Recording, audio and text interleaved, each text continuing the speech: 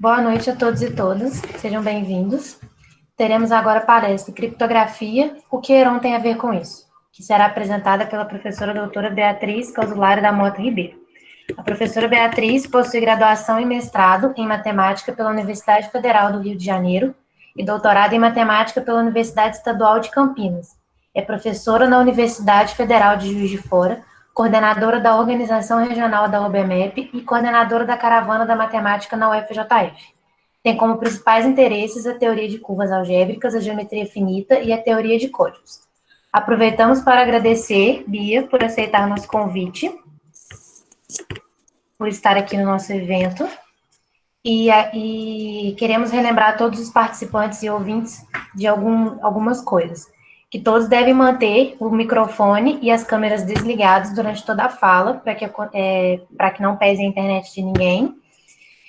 Todas as dúvidas serão tiradas no final da palestra, mas podem ser enviadas a qualquer momento pelo chat, que no final a gente retoma nelas e responde, tá?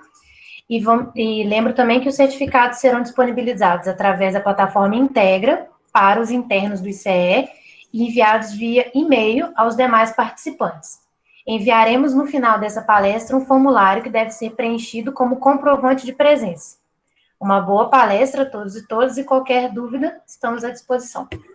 Pode ir, Bia, pode pegar a fala. Obrigada, Mariana, obrigada a todo mundo da organização do Comap. Está sendo muito legal esse evento de vocês, principalmente por ver os alunos à frente da organização.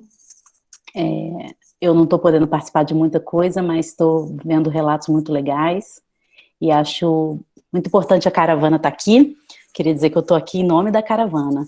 A palestra é apresentada por Beatriz e a Caravana da Matemática.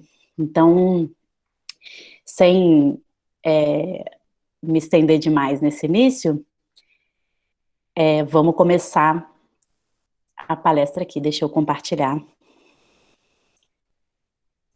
minha tela.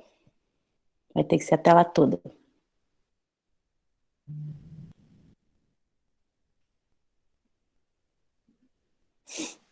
Então, vamos lá. A gente vai falar um pouco sobre criptografia. O que Heron tem a ver com isso? Olha, ele sai fazendo sozinho, eu não quero que isso aconteça. Deixa eu mudar o jeito. Tela cheia, simplesmente, pronto. Então, a gente vai falar sobre criptografia, o que Heron tem a ver com isso. Uma palestra que é uma atividade da Caravana da Matemática, que a gente já apresentou em escola, e eu já apresentei também num evento da UBMEP. A gente podia ter um segundo título, que é Como uma ideia do século I se relaciona com problemas de segurança de dados no século XXI. Então, a gente vai começar lá com Heron no século I, e a gente chega até as curvas elípticas e um problema de segurança que a gente tem no século XXI, que a gente quer nossas informações protegidas. Então, o primeiro problema, a primeira parte a gente tem um problema muito antigo. Eu olho esses dois triângulos, os dois têm lados racionais, e os dois têm o mesmo perímetro. É fácil de verificar, é só somar. Bem, o perímetro é 12 nos dois.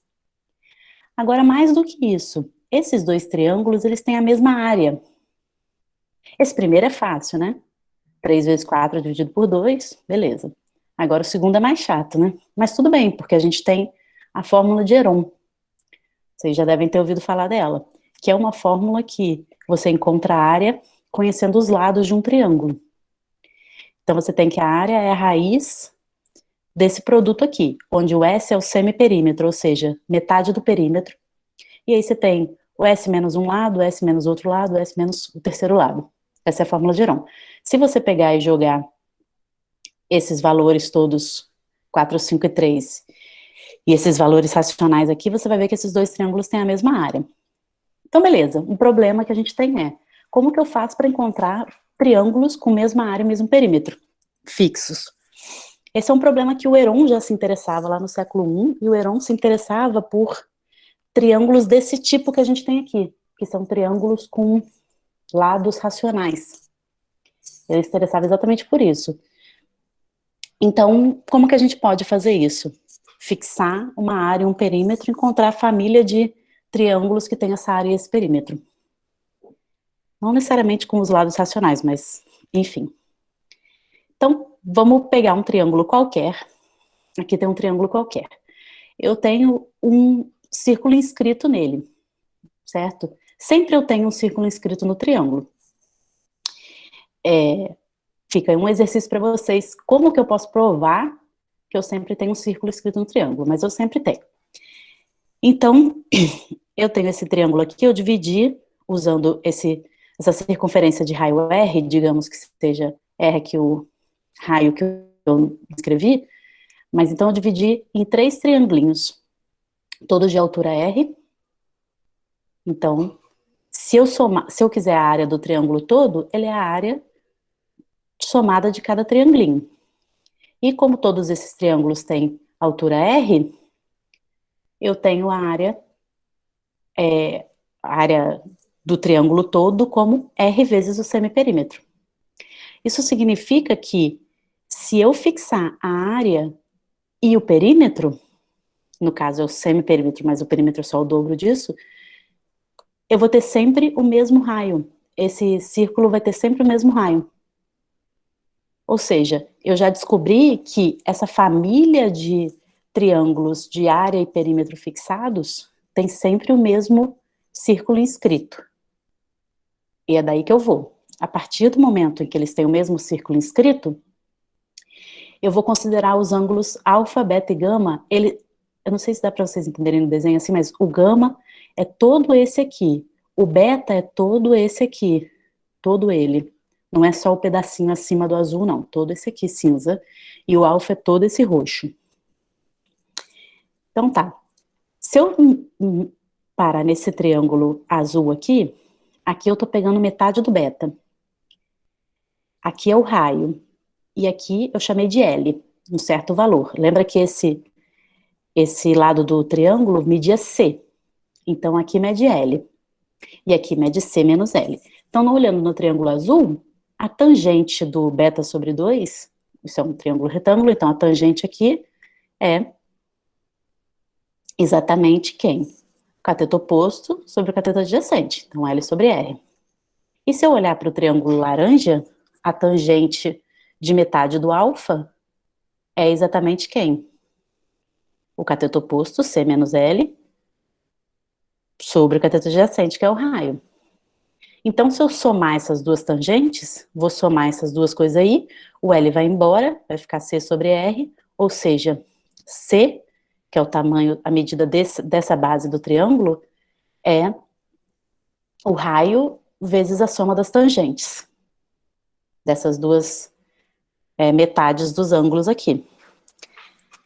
Beleza, eu posso fazer isso, eu fiz com esse triângulo, eu posso fazer isso com os outros triângulos que aparecem. Veja que esse triângulo aqui,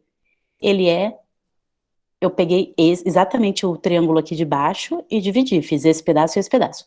Se eu fizer agora no verde esse pedaço e esse pedaço a mesma conta, fizer no azul esse pedaço e esse pedaço a mesma conta, então vou repetir essa conta para cada um dos triângulos coloridos, eu obtenho que o semiperímetro é o raio vezes a soma das tangentes de metade dos ângulos alfa, beta e gama.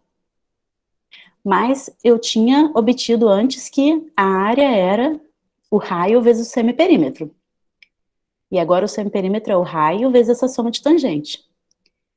Então eu vou pegar e vou usar aqui, ó, A sobre, na verdade, bem, eu vou querer sumir com esse R. Tem o R aqui e tem o R aqui. Eu vou querer sumir com esse R. Então eu vou isolar o R aqui, jogar aqui, arrumar, eu vou ter semiperímetro ao quadrado sobre a área, é a soma dessas tangentes. Certo? Aí, para não ficar carregando essas tangentes aqui, eu vou chamar essa tangente de x, essa de y e essa de z. Beleza, então o semiperímetro ao quadrado sobre a área é x mais y mais z. Só que assim, esse alfa, beta e gama não eram quaisquer, né? Quando eu somo todos eles, dá 360. Certo? O alfa, beta e gama. Quando eu somo, dá 360. Então, o alfa mais o beta é 360 menos o gama. Usando isso e um pouco de trigonometria e ignorando que eu escrevi 180 aqui, devia ser 360, Então, usando isso, eu chego aqui. O semiperímetro ao quadrado sobre A é x mais y, menos isso daqui. Isso aqui é o z. Só que a gente vai usar a fórmula da tangente da soma. Então, vocês podem fazer essa continha aí de exercício. Ou seja, eu consegui aqui uma equação, esse cara que está do lado esquerdo aqui, semiperímetro ao quadrado sobre A, é uma constante, então eu vou chamar de K. Aqui do lado só depende de x e y. Daí, botando aqui, no lugar disso, botando K, e arrumando, eu tenho uma equação desse tipo aqui. X quadrado y mais xy quadrado igual a kxy menos k. Não é difícil isso, né? Eu peguei esse cara aqui, multipliquei todo mundo por isso daqui, dei uma arrumadinha, tranquilo. Chego nessa equação. Então, o que é essa equação? Ela é exatamente a equação que está carregando a minha família de triângulos, certo? Porque esse K, ele é a razão entre o semiperímetro ao quadrado e a área. E o x e o y, eu posso ver como coordenadas no plano.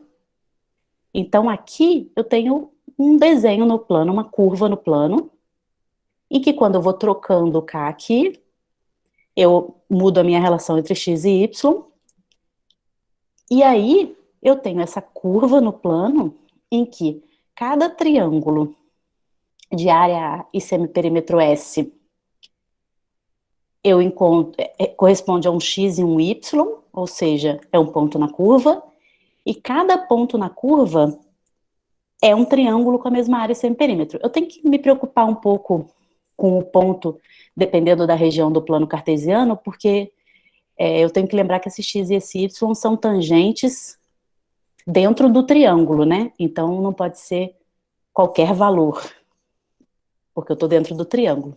Então, vamos dar uma olhada aqui, ó, nessa coisa aqui. O que eu estou dizendo é o seguinte, esse desenho aqui, que tem essa parte azul e essa parte que parece uma bolotinha aqui amassadinha, eles são a figura que é essa curva, quando eu tenho o S igual a 6 e o A igual a 6 também. Ou seja, o K é 6, que é a família dos triângulos que a gente começou vendo. Os triângulos que a gente começou essa palestra, eles tinham perímetro 12 e área 6. Então, semiperímetro 6 e área 6. Então, o K é exatamente 6 também. Daí, beleza, o que acontece? Se eu mexer aqui, na minha curva, ó,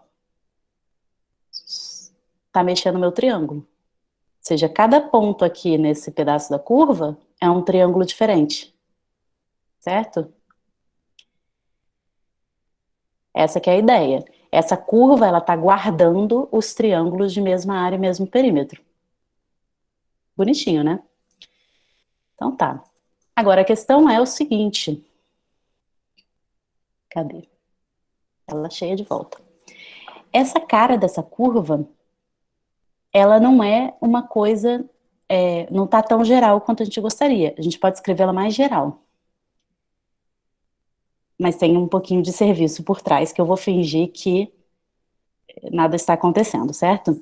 Então, essas curvas que parametrizam aquele tipo de curva faz parte de uma família maior, que chama curvas elípticas. As curvas elípticas são curvas do tipo y² igual a x ao cubo mais ax mais b. E o a e o b, eles têm que satisfazer isso aqui. Pode parecer estranho, mas é tipo quando a gente tem a fórmula de Bhaskara, não tem aquele delta, e aí você quer que o delta não seja negativo, se você está nos reais, se delta for zero, você tem uma raiz dupla. Então, aqui é como se fosse aquele delta. A gente pede que isso seja diferente de zero, porque senão a curva não é uma curva, ela é só um pontinho. Aí não tem graça pra gente, né? E aí, essas curvas elípticas, elas têm muitas caras. Por exemplo, a que a gente viu lá no GeoGebra, ela era uma bolotinha amassadinha, e um pedacinho de curva, né? Então, tipo essa daqui, que é y² igual a x ao cubo menos x, mas você tem esse cara aqui, essa cara aqui, essa cara aqui, tem vários tipos de cara. E é claro, aquela que a gente viu lá, ela tá, tipo, girada, né? As nossas estão todas aqui centralizadinhas e tal, arrumadinhas, mas ela pode ser girada, não tem nenhum problema ainda, é uma curva elíptica, não tem nenhum problema.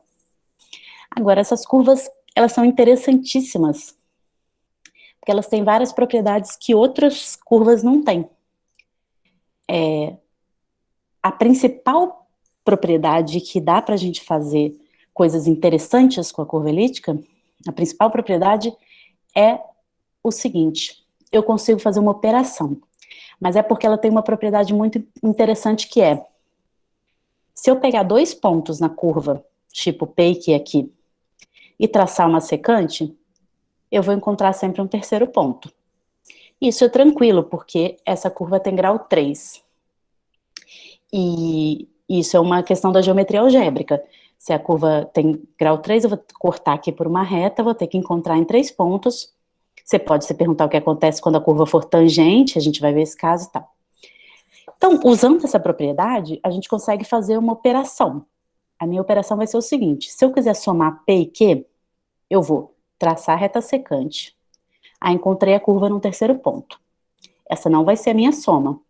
Não é porque eu quero complicar, é porque para obter as propriedades eu preciso fazer a soma de uma certa forma. Então agora eu vou fazer a reta, essa reta aqui, que é a reta paralela ao eixo Y, eu vou passar essa reta perpendicular aqui ao eixo X, vou encontrar um outro ponto aqui na curva por causa dessa simetria que a curva tem. É claro que se eu tivesse aquela curva torta, que nem a gente tinha do nosso exemplo, a minha operação tinha que ser ligeiramente diferente, mas a gente vai fazer ela aqui de um jeito mais simples, porque é mais fácil. Então, eu vou fazer aqui o cara que é o oposto. Aqui, você veja se esse ponto aqui é XY, quem é esse ponto? É x menos y, né?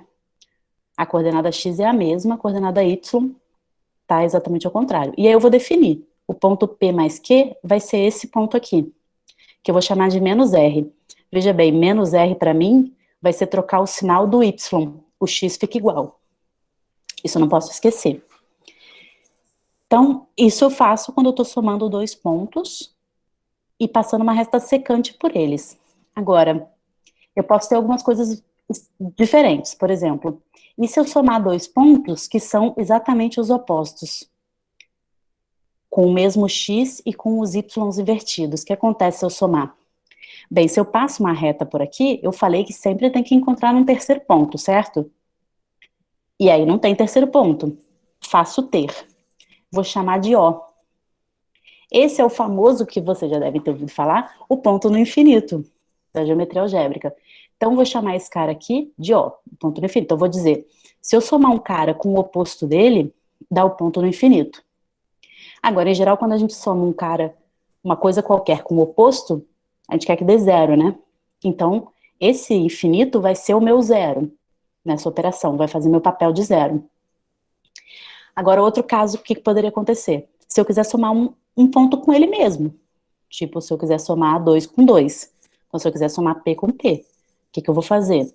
Aí, eu não tenho uma reta secante passando por P e P, eu tenho uma reta tangente, certo? Exatamente essa é a noção de reta tangente, hein, gente?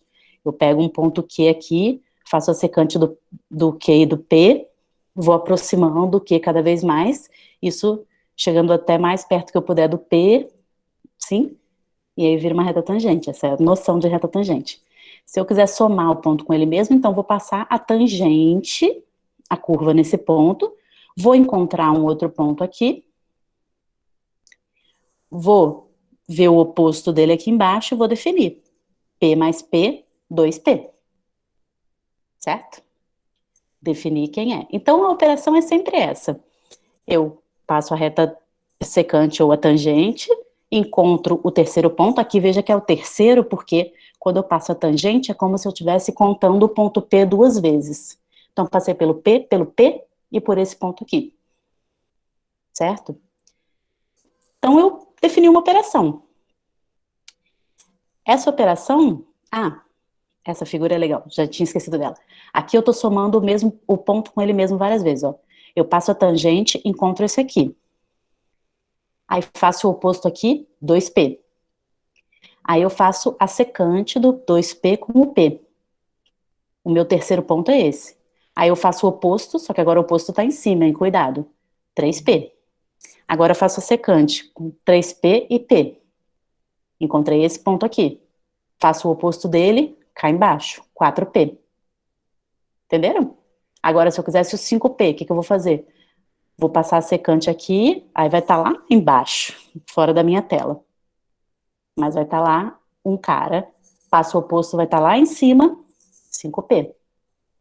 Certo? Então, eu posso ir somando um ponto com ele mesmo várias vezes. Isso, na verdade, é o que a gente vai querer fazer para fazer a criptografia. A gente não vai querer fazer...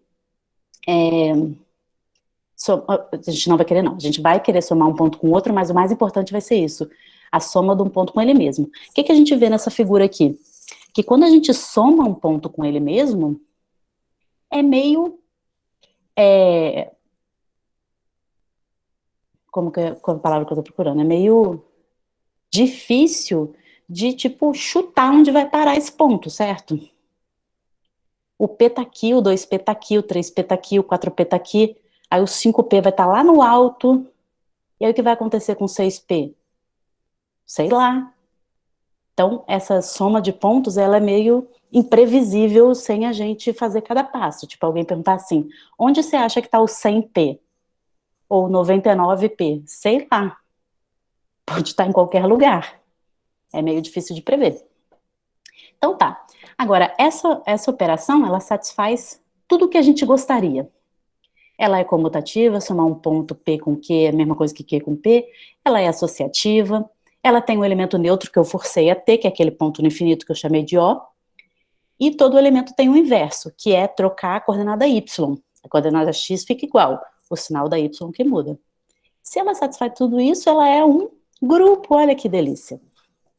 E quem já fez alguma disciplina de álgebra, sabe que por ser um grupo, tem várias propriedades interessantes. A gente não vai abordar aqui, mas é bom saber que tem várias propriedades interessantes. Então, vamos lá. Agora, claro, evidente que a gente não fica somando ponto desenhando, porque é difícil isso, né? Por exemplo, se a gente quiser saber onde está o 100P, a gente ia ter que ficar rodando nessa figura tanto, a gente acabasse perdendo.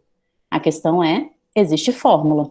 Eu não vou repassar a fórmula com vocês, mas a fórmula é, a obtenção dessa fórmula não é difícil. É o seguinte, eu tenho aqui um polinômio, do lado direito aqui, de grau 3, dos quais eu conheço dois pontos aqui, x1 e y1, que eu plugo e funcionam. Esse aqui eu plugo e funciona. Então, a minha ideia da soma é passar a reta secante e achar o terceiro ponto. Então, eu pego a equação da reta secante, jogo aqui o y, aí eu passo a ter um polinômio de grau 3 que eu conheço duas raízes. Então, eu conheço a terceira. Pronto, achei o terceiro ponto. Certo? Achei o terceiro x, aí o y é só jogar lá para procurar. Então, é daí que sai essa fórmula biita, que a gente não vai explorar aqui os detalhes. E se eu fizer 2P também, eu vou usar a equação da reta tangente e vou achar essa fórmula aqui. Maravilha. Só para mostrar para vocês que existe fórmula. O negócio não é ficar fazendo soma geométrica, porque isso dá um trabalhão. Então tá. Daí, a gente, para trabalhar com criptografia, não trabalha nos reais, nem nos racionais, trabalha no ZP. Não sei se todo mundo aqui já ouviu falar, mas o ZP é restos na divisão por P. Então, basicamente, é 0, 1, 2, 3 até P-1. E é um corpo, ou seja, funciona como os reais e tal. Vou fazer umas continhas aqui só para vocês verem. Por exemplo, eu tenho essa equação aqui no Z13. Como que eu acho todos os pontos? Eu pego todos os valores de 0 até 12, substituo no x. Só que se eu botar aqui, dá y ao quadrado, ou seja, tem que ser um quadrado. Se eu botar x igual a 0, dá 7. 7 não é um quadrado perfeito. Em Z13, tá? Porque x igual a 10, Quando eu ponho aqui, dá 1037, que é o próprio 10, módulo 13, que é 6 ao quadrado. 6 ao quadrado em Z13 é 10. Ou seja, é um quadrado. Eu tenho aqui a lista de todos, se eu vou botar todos os x possíveis, todos os valores de x ao cubo mais 3x mais 7, e aí, só quem é quadrado? É o 3, o 4, o 9 e o 10. Então eu vou juntar. Quem que foi que deu cada... Quem é correspondente a cada um desses quadrados? E vou obter os pontos. O 0, o 3,2, o 3,11, o 5,2, blá, blá, blá. São 13. É coincidência, tá, gente? Não é porque eu tô no Z13 e aí são 13 pontos, foi sem querer. Eu fiquei até um pouco arrependida desse exemplo, mas tudo bem. Então eu tenho 13 pontos que eu fiz jogando os valores aqui. A vantagem de trabalhar com corpo finito é que, se você quiser, você joga todos os valores. É claro que a gente está fazendo um corpo pequeno e uma curva simples, porque a gente está fazendo um exemplo aqui. Se a gente fosse fazer criptografia, a gente ia querer um negócio com mais bits para ficar mais seguro, mas vamos chegar lá. Então tá, aí eu posso usar a fórmula de ponto e achar todas as somas, tá? Olha que trabalhinho divertido. Aqui tem todas as somas. Não vou ficar nessa tabela não, é só para assustar mesmo. Beleza. E aí chegamos na criptografia. Todo mundo já deve ter ouvido falar de criptografia, porque você abre o WhatsApp e aparece assim: essa conversa está protegida por criptografia de ponta a ponta. Aí você fala, caraca, tô segurão aqui, hein? Mas enfim, o que é a ideia? A ideia básica é, você tem uma mensagem, você quer codificar, então sua mensagem está lá codificada, e você quer que uma pessoa tenha uma chave especial que abra esse cadeado, decodifique e leia sua mensagem. Se você quer essa mensagem protegida, você quer que só quem é o destinatário de verdade da sua mensagem consiga abrir. Você não quer que qualquer pessoa abra. Então, isso precisa estar muito bem amarrado. Mandar a mensagem protegida é um problema muito, muito antigo. Acredita-se que o primeiro tipo de criptografia é essa que é chamada de criptografia de César, que vocês podem nunca ter ouvido falar, mas vocês já podem ter tentado usar. Que simplesmente ele fazia o seguinte: ele movia o abecedário um pouco. Claro que não era esse o abecedário que o César usava, hein, gente, por favor. Mas a gente usa. Então, por exemplo, o A virava o D, o B virava o E, o C virava o F. Eu andei o abecedário todo 3 casas para o lado. E aí aqui tem uma mensagem cifrada, que é um clássico. Não sei por que é um clássico, mas é.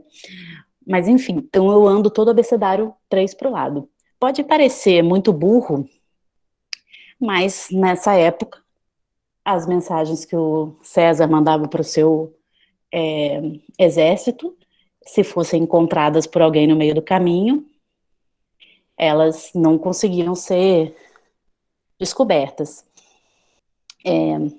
E pode parecer que é muito, muito simples, mas é a criptografia que sobreviveu muitos séculos. Aqui a gente tem uma pequena timeline que diz o seguinte: aqui é mais ou menos quando viveu o Júlio César, o ano 0, aqui está o Heron, e aqui está a Segunda Guerra Mundial,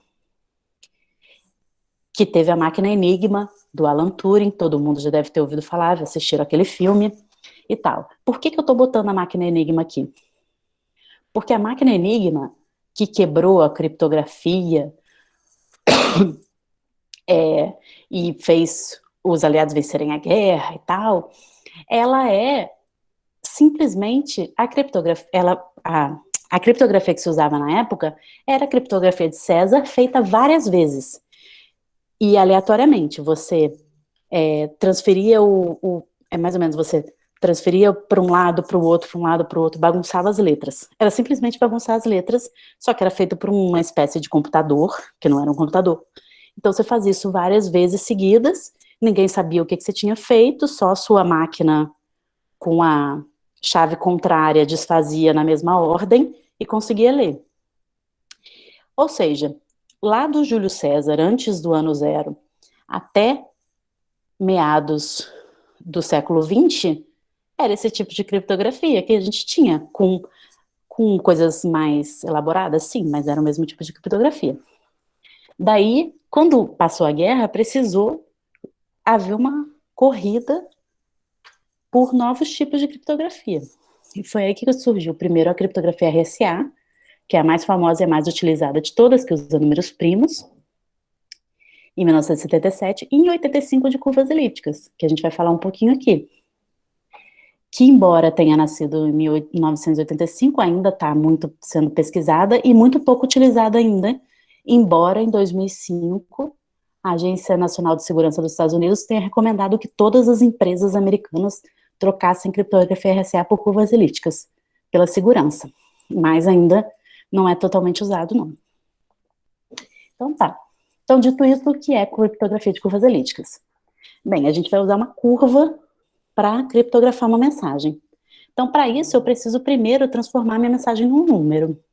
Existem várias formas de fazer isso. Se alguém da informática da computação tiver aí, não se sinta ofendida pelo meu jeito de fazer, que é meio bobo, mas para fazer conta é bom.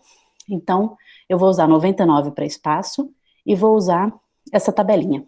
O A é 10, o B é 11, o C é 12, blá, blá, blá, por aí vai. Por exemplo, JF é 1915, certo? J é 19 e F é 15, então JF, que vai ser a minha mensagem, é 1915. Beleza, então o primeiro passo é esse. Segundo passo, se a Ana quer mandar uma mensagem decodificada para Bruna, ela quer, digamos que ela quer mandar JF para Bruna por algum motivo, o que ela vai ter que fazer? Ela tem esse número 1915, como ela quer usar a criptografia de curva elíptica, ela tem que associar esse número a um ponto da curva. Por exemplo, eu vou pegar aquela curva que a gente estava vendo, y² igual a x ao cubo mais 3x mais 7, em Z13. E aí vou fazer uma tabela. Cada algarismo, 0 a 9, eu vou escolher um ponto para representar.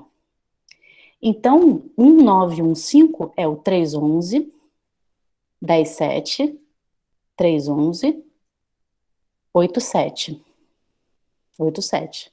Então, a minha mensagem JF é todos esses pontos aqui. Existem vários protocolos, tá, de criptografia de curvas elípticas. Alguns não trabalham com os pontos todos, trabalham só com uma das coordenadas, x ou y. Mas a gente vai trabalhar com os pontos inteiros aqui para a gente não ter que diferenciar, porque às vezes você tem a mesma coordenada x, a mesma y, precisa fazer alguma certa diferença, mas enfim. Então, a minha mensagem agora é esse ponto, veja bem, esses 4 pontos. Eu não posso mexer na ordem, se eu mexer na ordem, eu mexi na mensagem. Então, agora eu quero um jeito da Bruna mandar isso daqui, não, da Ana mandar isso daqui para a Bruna, só que ela não pode simplesmente mandar isso daqui, porque senão alguém pega a tabelinha lá e encontra a mensagem dela, pronto. Então tá, o que ela vai fazer? Primeiro, elas duas escolheram a curva, que era aquela, e vão escolher um ponto. Essas duas coisas são as chaves públicas, qualquer pessoa pode conhecer. Agora, a Ana e a Bruna, cada uma vai ter sua chave secreta. A Ana vai escolher um número n e vai calcular o p somado com p n vezes. A Bruna vai escolher um número m e vai somar p calculado com p m vezes. E aí, a Ana vai mandar NP para a Bruna e a Bruna vai mandar MP para a Ana. Elas podem mandar por qualquer canal, pode ser público isso, não tem problema. Isso que a gente fala que é troca de chaves. É um protocolo com troca de chaves. Porque aí agora, se a Ana calcular, a Ana só conhece o N. Se ela fizer N vezes MP e só a Bruna conhece o M, e ela fizer M vezes NP, concordam que ela chegou no mesmo ponto? Que é o ponto NMP. Então agora as duas têm essa chave S, que é o secreto. Mesmo sem a Ana saber qual o número que a Bruna escolheu e sem a Bruna saber qual o número que a Ana escolheu. As duas têm a chave secreta agora.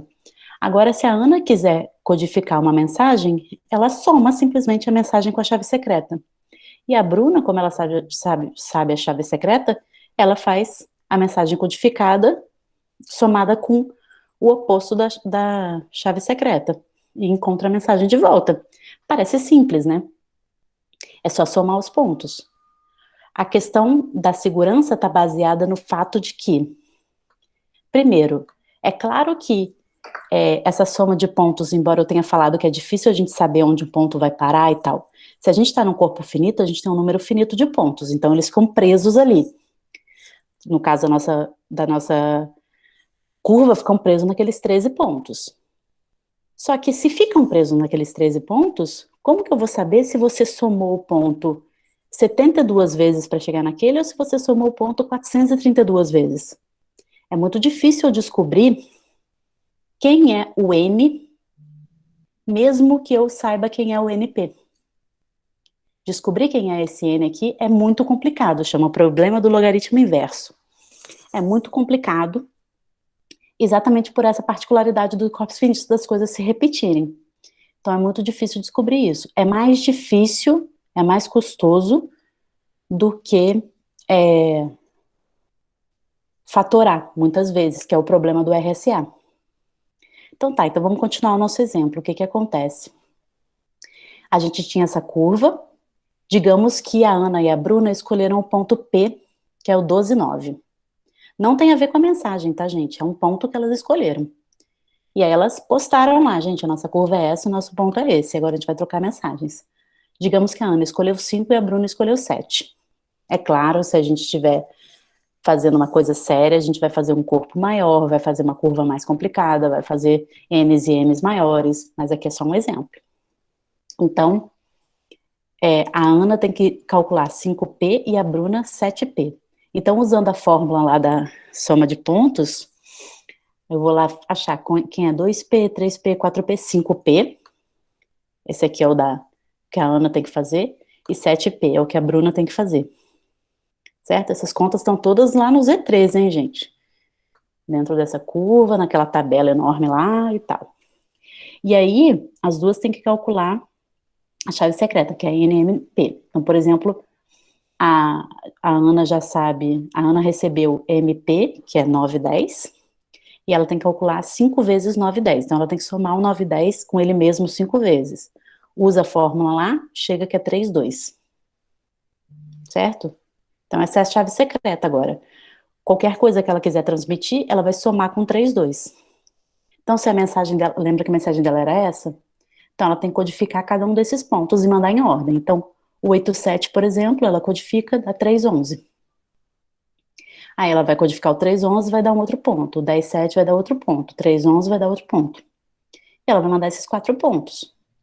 A Bruna recebe os 4 pontos e vai decodificar. Por exemplo, para decodificar o 311, o que ela vai fazer? Vai somar o 311 com menos 32. Aí lembra que menos o ponto aqui é mudar o sinal da segunda coordenada. Então, é 3 menos 2.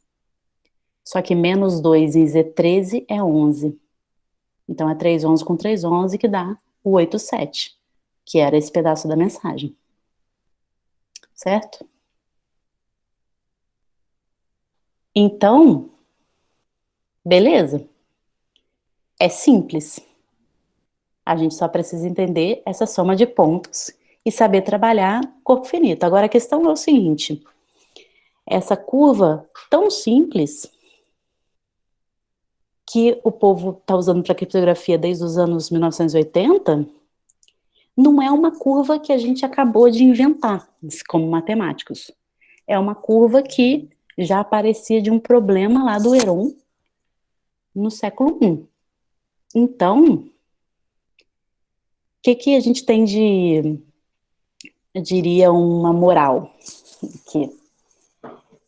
Na matemática, as coisas podem parecer que resolvem um problema ali naquele momento, mas elas podem ressurgir 2000 anos depois quase, para resolver um outro problema em outro momento, num contexto completamente diferente. Então, antes eu tinha famílias de triângulos com mesma área e mesmo perímetro. De repente eu tenho segurança da informação do jeito super moderno. Nem parecia que essas coisas poderiam se relacionar, mas elas se relacionam, certo? E aí agora vejo vocês. A gente deixou lá na página da caravana Eu vou abrir para vocês verem. A gente deixou aqui na página da caravana uma atividade para vocês, certo? Você quer codificar uma mensagem usando a curva que a gente trabalhou no Z13? Chega mais. A gente disponibilizou aqui um material falando sobre curvas, certo? Falando sobre curvas no ZP, tem lá o nosso exemplinho para vocês olharem com calma. E falando sobre criptografia, e aí vocês podem codificar a própria mensagem. Não quero usar essa curva, quero usar outra curva. Fica à vontade. A internet está cheia de calculadoras online. Você entra qual é o seu primo, você entra um ponto, outro. Um ponto, outro não, desculpa. O A e o B da sua curva. Entra um ponto, entra outro ponto. Diz quantas vezes você quer multiplicar o ponto ou somar o P mais Q.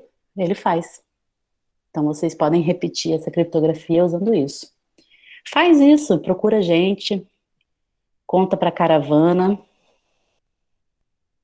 o que vocês fizeram, que a gente vai adorar saber. E eu fechei a apresentação, não, tá aqui. A gente vai adorar ver o que vocês andam fazendo, a gente quer conversar mais sobre isso, pode procurar a gente. Muito obrigada. Espero que vocês tenham gostado, vou esperar as perguntas, mas antes vou fazer uma propaganda. Visitem nosso Facebook. Abre Facebook, abre Facebook. Gente, entra no meu pessoal também, né? Visitem nosso Facebook, Caravana da Matemática, no FJF. A gente está publicando todo dia lá curiosidades, várias coisas. Tá muito ruim esse Facebook, vou abrir o Instagram. Visitem nosso Instagram. Mídias sociais maravilhosas comandadas pela caravana, ó. Todos os dias temos curiosidades matemáticas, problemas. Nossos bolsistas continuam trabalhando. Aqui um trabalho da bolsista Giovana. Aqui a gente tem trabalho de bolsista também, tem trabalho de bolsista fazendo jogo, tem trabalho de ex-bolsista fazendo live, né? O Renan vai voar novos voos aí. Então a gente tem várias coisas que a gente convida vocês para visitar, certo? Então é isso, deixa eu deixar de compartilhar minha tela. E vou ver o que vocês têm a dizer agora. Certo? Então, gente, lembrando a todo mundo que podem mandar perguntas e comentários aqui no chat, que a gente vai ler as perguntas agora no final da palestra. Tá todo mundo mandando parabéns, que adorou a palestra, que adorou a ideia. E eu tenho uma pergunta minha, Bia, na verdade. Essa atividade, vocês já fizeram ela de alguma forma presencial na caravana ou ela é nova, ela é de agora?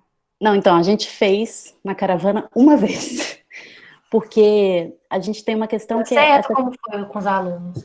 Então, essa atividade é uma atividade que a gente pensa mais precisa de um pouco de trigonometria, né, assim, e é claro, quando a gente, para fazer em escola, a gente não fica falando tanto de congruência, como a gente fez aí, com os exemplos, porque tomaria bastante tempo, mas é uma atividade que precisa ser de ensino médio, porque tem umas, quer dizer, até tem lugar que daria para ser nono ano, sei lá, mas então a gente só fez uma vez, foi bem aceita, mas a gente gostaria de repetir em outros lugares, ainda não foi possível. Eu repeti no encontro do Hotel de Hilbert, que é o encontro dos melhores alunos do Programa de Iniciação Científica da UBMEP, o PIC, há 2 anos atrás. Foi super legal, lá foi super legal, a gente tinha mais tempo, aí eu fiz várias coisas sobre congruência também, aí lá eu dei exercício para eles fazerem, porque a gente tinha bem mais tempo, né, se a gente tiver mais tempo numa escola, talvez dê para fazer mais coisa, mas às vezes a gente vai assim com 1 hora e meia, e aí não dá para fazer tão profundamente. Mas só essa questão de chegar dos triângulos nas curvas já é uma questão bem interessante para a gente tratar em escola, eu acredito. Temos uma pergunta aqui do Christian. O Christian está perguntando se já teve algum relato de alguma falha dessa criptografia. Tipo, de alguém encontrar a chave e quebrar o seu problema? É isso que você está querendo dizer, Se tem Christian? alguma falha. Isso. Christian, se você quiser. Isso. Ele Ah, falou que é não isso. sei, mas eu acho que deve ter tido. Eu sei que existe o seguinte, porque você vê que com um número primo, quando você vai fazer RSA, eu não sei se vocês sabem, mas RSA, quando as pessoas fazem, primeiro que RSA é pago, tá, gente? O RSA, os caras têm a patente, assim, então as pessoas usam pra caramba e os caras estão ficando ricos. E você tem alguns números, tipo uma lista de números que você pode usar para fazer criptografia RSA. Da mesma forma, tem uma lista de curvas que são sugeridas pela Agência Nacional de Segurança dos Estados Unidos para fazer criptografia de curva elíptica. Daí você pensa o seguinte, se tem a lista, alguém pode explorar completamente e quebrar qualquer coisa. É exatamente isso que não, que as curvas que a NSA sugere são exatamente curvas que têm propriedades super especiais e tornam esse problema de quebra mais complicado. Mas eu não sei se tem algum relato de quebra, mas eu acredito que sim. Não acho que é invencível também não, porque você pode, do mesmo jeito que no RSA você tem pequenos erros na escolha dos primos que podem te fazer uma segurança um pouco falha, eu acredito que você pode ter um pequeno erro na escolha da sua curva, a sua segurança ser mais falha. E como não está completamente utilizado ainda essa tipo de criptografia, acho que isso pode acontecer bastante. Assim, bastante é modo de dizer, não tanto, não. É muito seguro. Não sei se eu respondi o Christian. Christian, se você quiser falar mais alguma coisa aí a respeito da sua pergunta, pode falar, viu? O Henry está pedindo para você mandar o link, né? Mas eu vi que você já mandou. Já a Bia já mandou Não está aqui. abrindo o site da Caravana? Mas eu tô com ele aberto aqui. Deixa eu tentar. É aqui. Aqui para mim abriu. Tá abrindo. Bem, o link geral é esse aqui, ó. Ele deu um erro inicial, mas depois carregou. Aí eu não sei se pode ser algum O link problema. geral é esse. O da atividade de você, que eu deixei para vocês, que tem lá o texto sobre a criptografia, é esse daqui. Mas qualquer coisa, gente, eu deixo com o pessoal aí da organização, para eles colocarem lá na página. Outra coisa que eu ia dizer, que estavam pedindo a apresentação, né? No final do evento, a gente vai tentar colocar as apresentações de todos os professores, de todas as palestras lá no site, tá bom? Para Ah, quem mas aí eu vou corrigir aquele 180 lá, que era 360, hein? pode corrigir. A próxima pergunta é da Sara Cristina. Quais outras vantagens, além da dificuldade para descobrir as chaves, essa criptografia de curvas elípticas teria sobre a criptografia em RSA? Ela tem uma vantagem computacional que você precisa de menos bits para guardar uma informação do que o RSA precisa. Eu não sei exatamente te explicar como, mas é uma vantagem. E, embora pareça que é mais complicado fazer essa curva, é mais custoso, né, fazer essas contas sobre as curvas, quando você vai fazer contas com números primos, com produtos de números primos gigantescos, congruências com isso, é o mesmo custo de fazer com ponto, porque no fim, no ponto, você tem aquela fórmula lá, né? Então, você programa aquela fórmula lá e você tem que fazer congruências do mesmo jeito que você tem que fazer congruência no RSA. Então, computacionalmente, fazer as contas não é tão complicado. Agora, você consegue guardar as informações têm tamanho menor do que as informações no RSA, porque você precisa de números muito grandes no RSA, e na criptografia de curvas elípticas, você faz coisas muito boas em corpos menores, com curvas com coeficientes menores, do que o tamanho dos números que você precisa no RSA, por isso você gasta menos bits para guardar as informações. Essa é uma grande vantagem.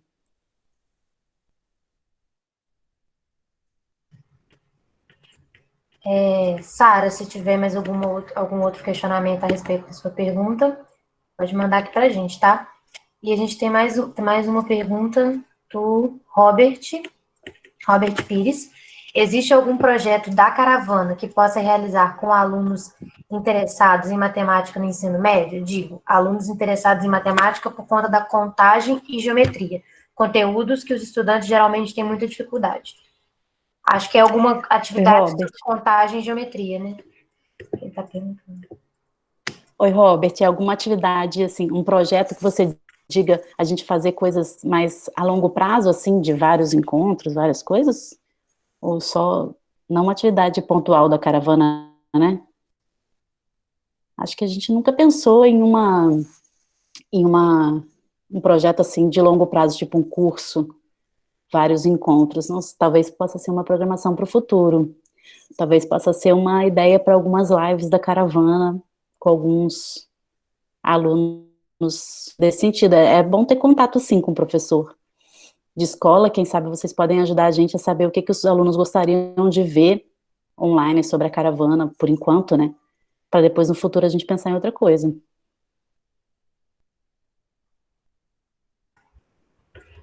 Se alguém que está aí, Sandro ou Reginaldo, quiserem sugerir alguma coisa também sobre isso, depois, né? Fala aí no chat.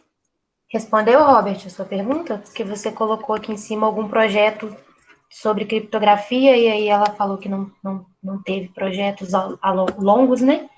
Deu para responder o que você estava querendo saber? Se você puder falar aí para gente.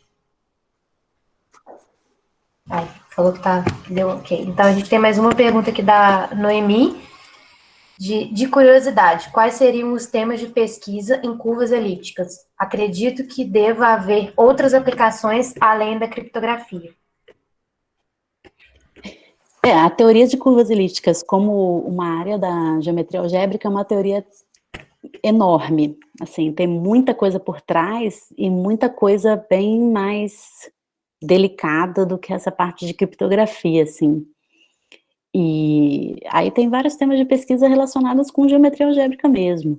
Questão sobre, quando a gente está em corpos finitos, um problema geral que a gente tem de curvas é contar pontos, dá para construir uns moduli com a Flaviana, mas em corpos finitos, que é o que eu gosto mais de trabalhar, contar ponto é sempre um problema.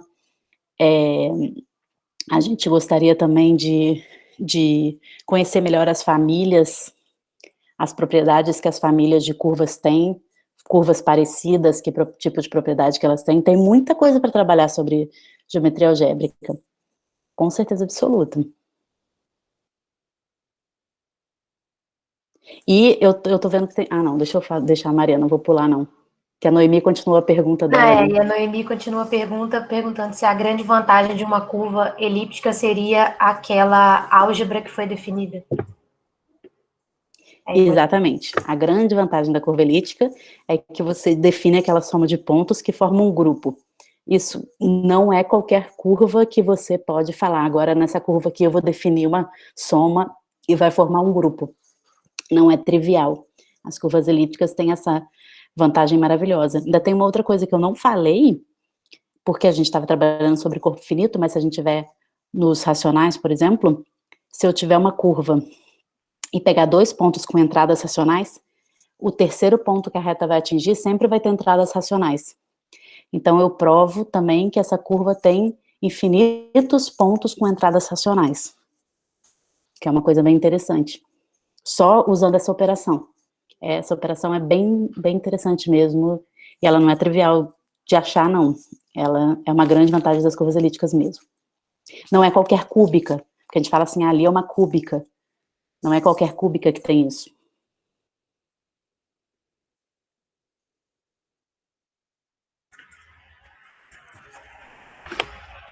Então, não temos mais perguntas. Se alguém ainda tiver alguma coisa e quiser comentar, as pessoas estão, os ouvintes estão falando aqui, Bia, que está com problema mesmo no site da caravana quando vai acessar a atividade em si, não o É site. que é o seguinte, eu não deixei a atividade completamente livre para todo mundo achar, porque era para ser para vocês, né? Então, Mas quando você entra no link dela, não tá funcionando, gente. Mas eu abri aqui de novo e funcionou.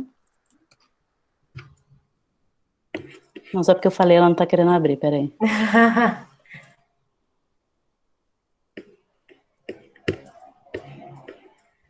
Agora abriu. Ó, esse site aqui não tá abrindo? Não, peraí, deixa eu fazer uma coisa diferente. Peraí, eu já sei o que pode ser. Vou mandar outro link para vocês. Vou mandar o link permanente. Esse aqui, ó. Pode ser um problema da negócio interno da universidade, mas olha aqui, vou mandar outro. Esse aqui agora.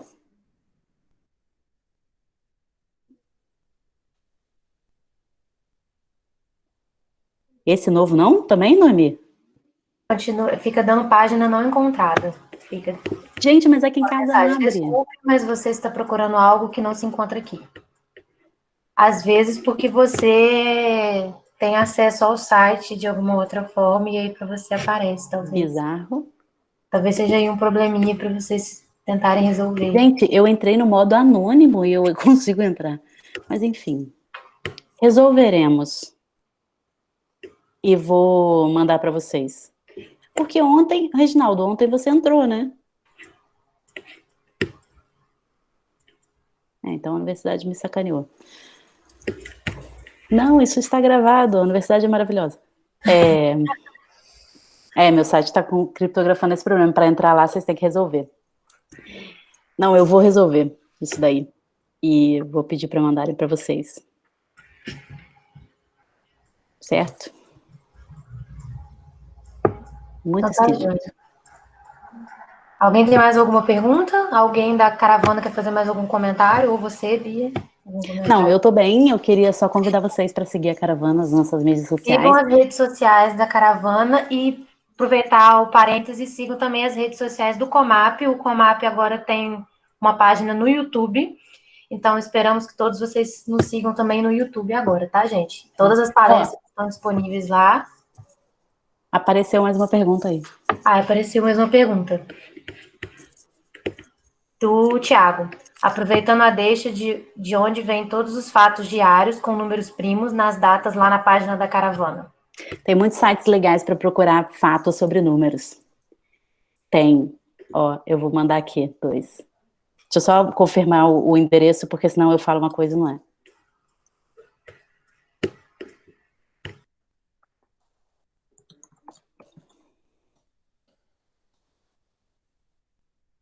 É um trabalho difícil, porque todo dia eu fico procurando coisas, mas um é esse daqui, ó. Um site legal é esse. Outro site legal é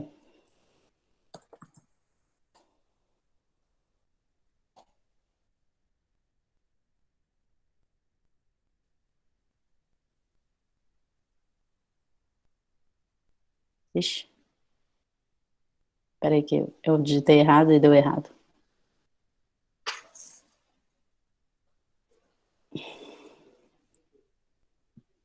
Outro é esse aqui, ó.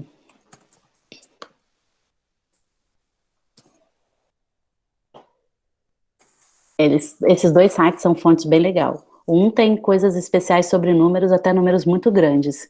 O outro se foca mais em primos, mas às vezes são fatos sobre primos relacionados a números que não são primos. São bem legais. Mas assim, segue a caravana que a gente dá lá as curiosidades. Sigam a caravana, sigam o Comap, que estão nas nossas redes sociais. Tudo bem, então, gente? Mais alguma coisa para falar? Mais alguém? Vou botar lá no site no Facebook da caravana o link, tá? Quando a gente consertar. Tá joia. Então vamos encerrar. Obrigada pelos elogios, gente. Adorei. Foi muito boa a palestra, Bia. Muito obrigada. Agradecemos a você, aos outros professores da caravana por aceitarem o nosso convite mais uma vez. Agradecemos a todos os presentes, os internos e os externos, e lembrando a todos que o link do formulário de presença está aqui no bate-papo, no chat. Preencham antes de sair, quem ainda não preencheu, por favor. e esperamos que todos tenham sido grandemente enriquecidos com essa atividade. Um abraço e boa noite a todos. Boa noite, pessoal. Até a próxima.